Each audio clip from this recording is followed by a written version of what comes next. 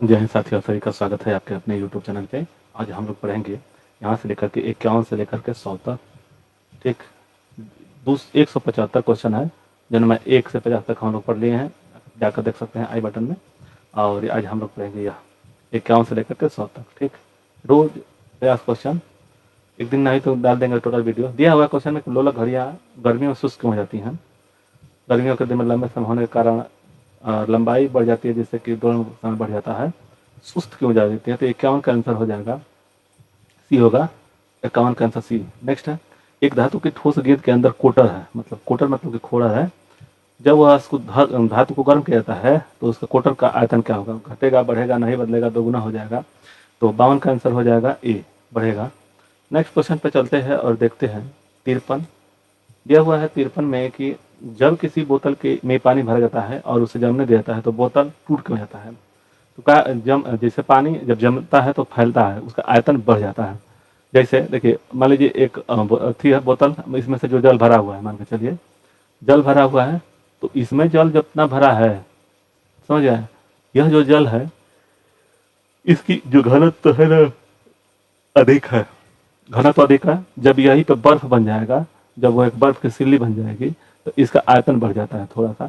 ठीक है, तो आयतन बढ़ जाता है तो घनत्व कम हो जाएगा, थोड़ा सा जैसे दूरी दूरी पर हो जाएगा, तो इसीलिए यह फट जाता है। तो पानी के जमने से पर फैलता है। ठीक है ना। तो आपको अच्छा लगे तो लाइक और सब्सक्राइब करें। चलते हैं 53 के बाद 54 पे। अत्यधिक शीत ऋतु में पहाड़ों पानी की पाइपलाइनें फट जाती हैं। वही जमने पाइप में पानी जमने से फैल जाता है, इसका आंसर सी सही होगा 54 का। आगे देखेंगे 55 के दो रेल पटरियों के मध्य जोड़ पर एक छोटा सा स्थान प्रयोग किया जाता है, उसका कारण क्या है? तो जैसे कि गर्मी में और जाड़ा में सिकुड़ता करता है ना, उसी के चलते। देखिए दिया हुआ है कि क्योंकि धातु गर्म फैल करने पर फैलती है और ठंडी होने पर संकुचित होती है, इसका आंसर भी सही होगा। नेक्स्ट है, जब किसी झील की पानी की सतह जब बस जमने ही वाला है तो झील के अधः स्थल में जल का तापमान कितना होगा? तो उसका अब तापमान कितना होगा? तो 4 डिग्री सेल्सियस रहेगा, 4 डिग्री सेल्सियस रहेगा। आगे, शीतकाल में जब ठंड में जल जम जाता है तो मछलियां अन्य अन्य जीव जो है जीवित रहते हैं अंदर में। जैसे दिया हुआ कि जीवित रह सकते हैं क्योंकि जल का केवल ऊपरी सतह जमता है। तो 57 का आंसर ए होगा। नेक्स्ट, ऊष्मा के संचरण की विधि उपरोक्त सभी है। ऊष्मा का जो संचरण जो है ट्रांसमिशन ऑफ हीट, कौन सा चलन है? संवहन विधि है, विकिरण है। तो 58 का डी हो जाएगा, सभी है। ठीक है ना। तो आप लोगों को वीडियो अच्छा लगे तो लाइक और सब्सक्राइब कर। चलते हैं नेक्स्ट क्वेश्चन पे। दिया हुआ ऊष्मा के संचरण की किस विधि के माध्यम से किस विधि के पदार्थ के अणु एक स्थान से दूसरे स्थान तक स्वयं नहीं जाते हैं? मतलब कि ऊष्मा के संचरण की किस विधि से पदार्थ के अणु एक स्थान से दूसरे स्थान तक स्वयं नहीं जाते हैं? चलन, संवहन, विकिरण। तो इसका आंसर क्या हो जाएगा? 58 का ए हो जाएगा, चलन। ठीक है। आगे, चलन जो होगा यह जो है ठोस में होता है। द्रव और गैसों में ऊष्मा का स्थानांतर किस निम्न विधि के द्वारा होता है? याद रखिएगा, द्रव और गैसों में। तो इसका आंसर 60 का हो जाएगा बी, संवहन। नेक्स्ट है, आगे, विद्युत के केतली में पानी गर्म होता है चलन के कारण, विकिरण के कारण, संवहन के कारण। तो यह अभी देखे थे इससे पहले वाले में, द्रव और गैसों में। तो द्रव और गैसों में जैसे यहाँ पर केतली में क्या है, तो देखिए इसमें सोचने वाली बात है। केतली का जो बाहरी सतह है किस कैसा है? तो वह एक ठोस तरह धातु है, उसके अंदर पानी है, पानी में अगर गर्म किया है तब चलन होगा, विकिरण होगा, संवहन होगा। तो इसका आंसर बी होगा, विकिरण द्वारा। इसका आंसर बी सही होगा। नेक्स्ट देखेंगे 62 का, जो सूर्य की उष्मा पृथ्वी पर निम्नलिखित पर सूर्य की उष्मा पृथ्वी पर निम्नलिखित में से किस प्रकार के संचरण माध्यम से आती है? मतलब वहां से तो विकिरण विधि द्वारा आती है, इसका आंसर बी सही होगा। उष्मा के स्थानांतरण की किस विधि के माध्यम से आवश्यक नहीं है? इसमें दिया है कि कौन सा विधि आवश्यक नहीं है, माध्यम की आवश्यकता नहीं है। विकिरण में माध्यम की आवश्यकता नहीं होती, तो 63 का आंसर हो जाएगा सी। आगे, उष्मा संचरण की वह विधि जिसमें माध्यम के कण गति नहीं करते, और कौन सी है? माध्यम के कण गति नहीं करते हैं। तो चलन है, संवहन, विकिरण इनमें से कोई नहीं, तो इसका आंसर 64 का हो जाएगा सी, विकिरण। नेक्स्ट है, निम्नलिखित में से कौन सा उष्मा का सर्वोत्तम चालक है?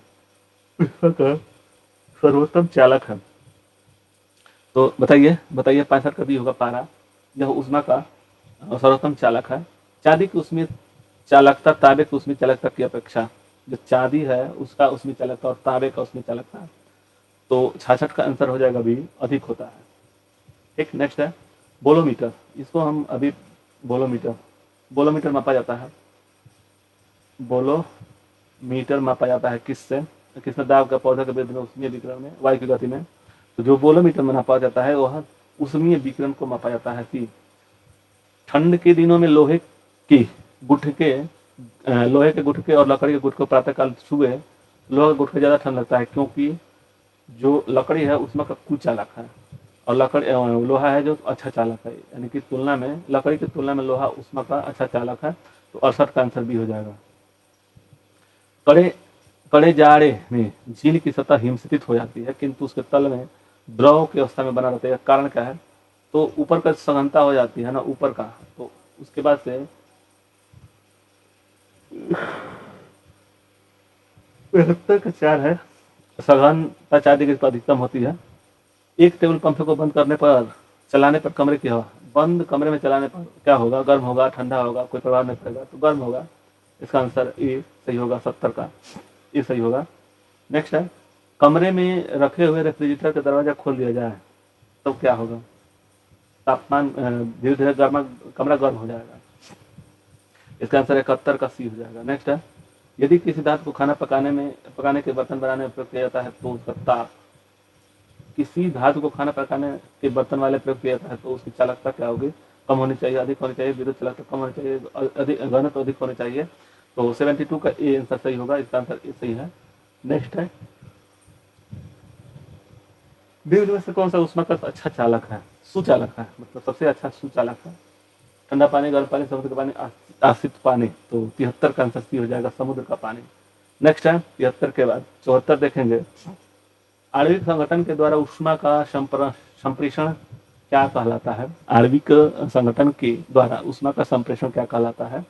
चालन है, संवहन है, विकिरण है, प्रकीर्णन है। तो 74 का आंसर भी हो जाएगा, संवहन।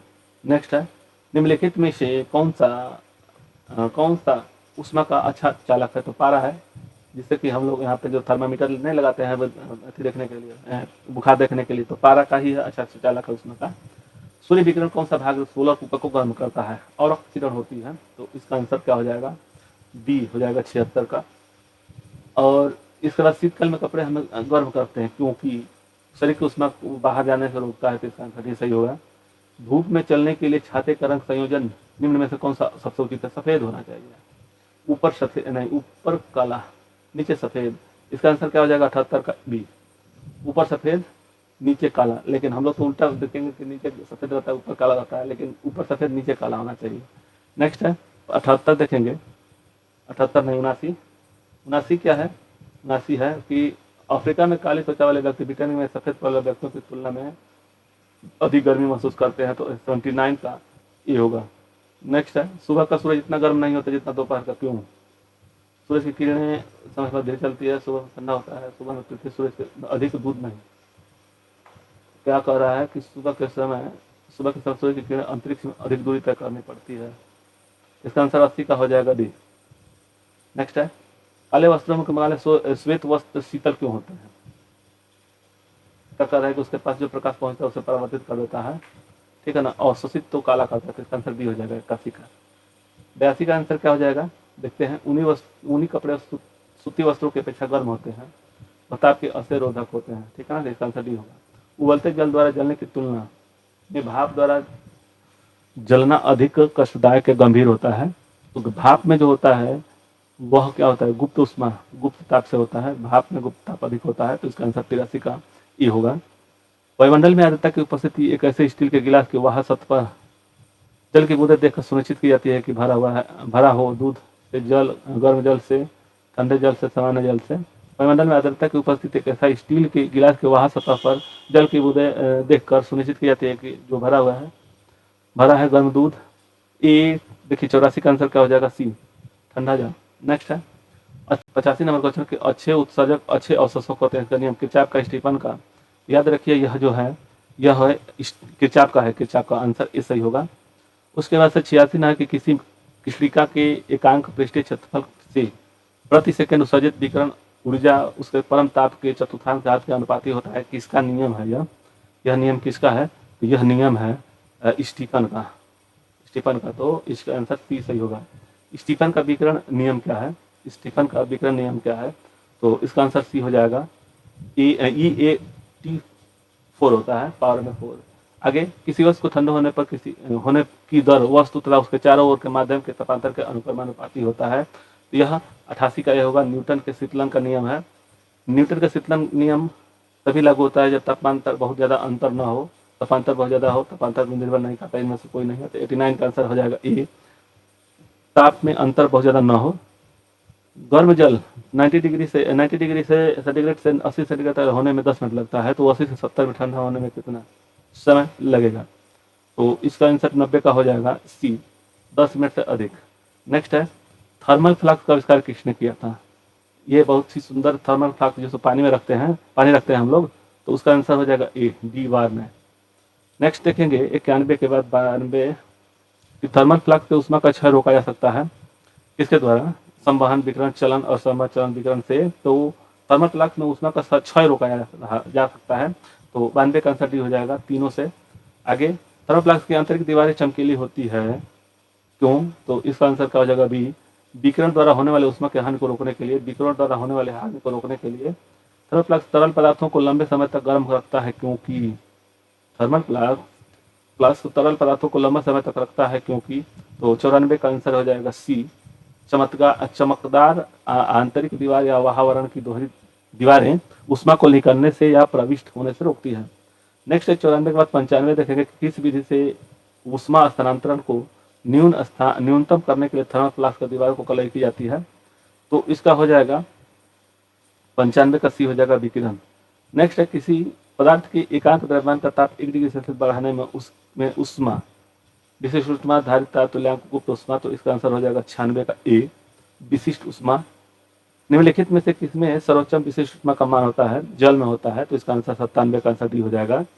नेक्स्ट है, दिन के समय में पृथ्वी तल के जल की अपेक्षा बहुत जल्दी गर्म हो जाता है, क्योंकि दिन में समुद्र के जल की अपेक्षा बहुत जल्द गर्म होता है, मतलब पृथ्वी जो है गर्म हो जाती है। इसका कारण है कि जल की विशिष्ट ऊष्मा और धारिता अधिक होती है। तो इसका आंसर 98 का हो जाएगा सी। 99 है कि मोटर गाड़ी के रेडिएटर को ठंडा करने के लिए पानी का व्यवहार किया जाता है, क्योंकि पानी का क्यों उपयोग किया जाता है? तो इसका विशेष ऊष्मा अधिक होती है। इसका आंसर ए सही होगा, 99 का ए। 100 क्वेश्चन है कि निम्न तापी क्रायोजेनिक इंजन का प्रयोग होता है पनडुब्बी मैदान में, नोदन में, तुषार मुक्त प्रतिशत में, राइट। तो निम्न तापी तो इसका किसका प्रयोग होता है? तो इसका आंसर सी हो जाएगा, रॉकेट प्रौद्योगिकी में। तो यहाँ तक हम लोग पढ़े 50 क्वेश्चन। आप लोगों को वीडियो अच्छा लगे तो लाइक और सब्सक्राइब करें। धन्यवाद।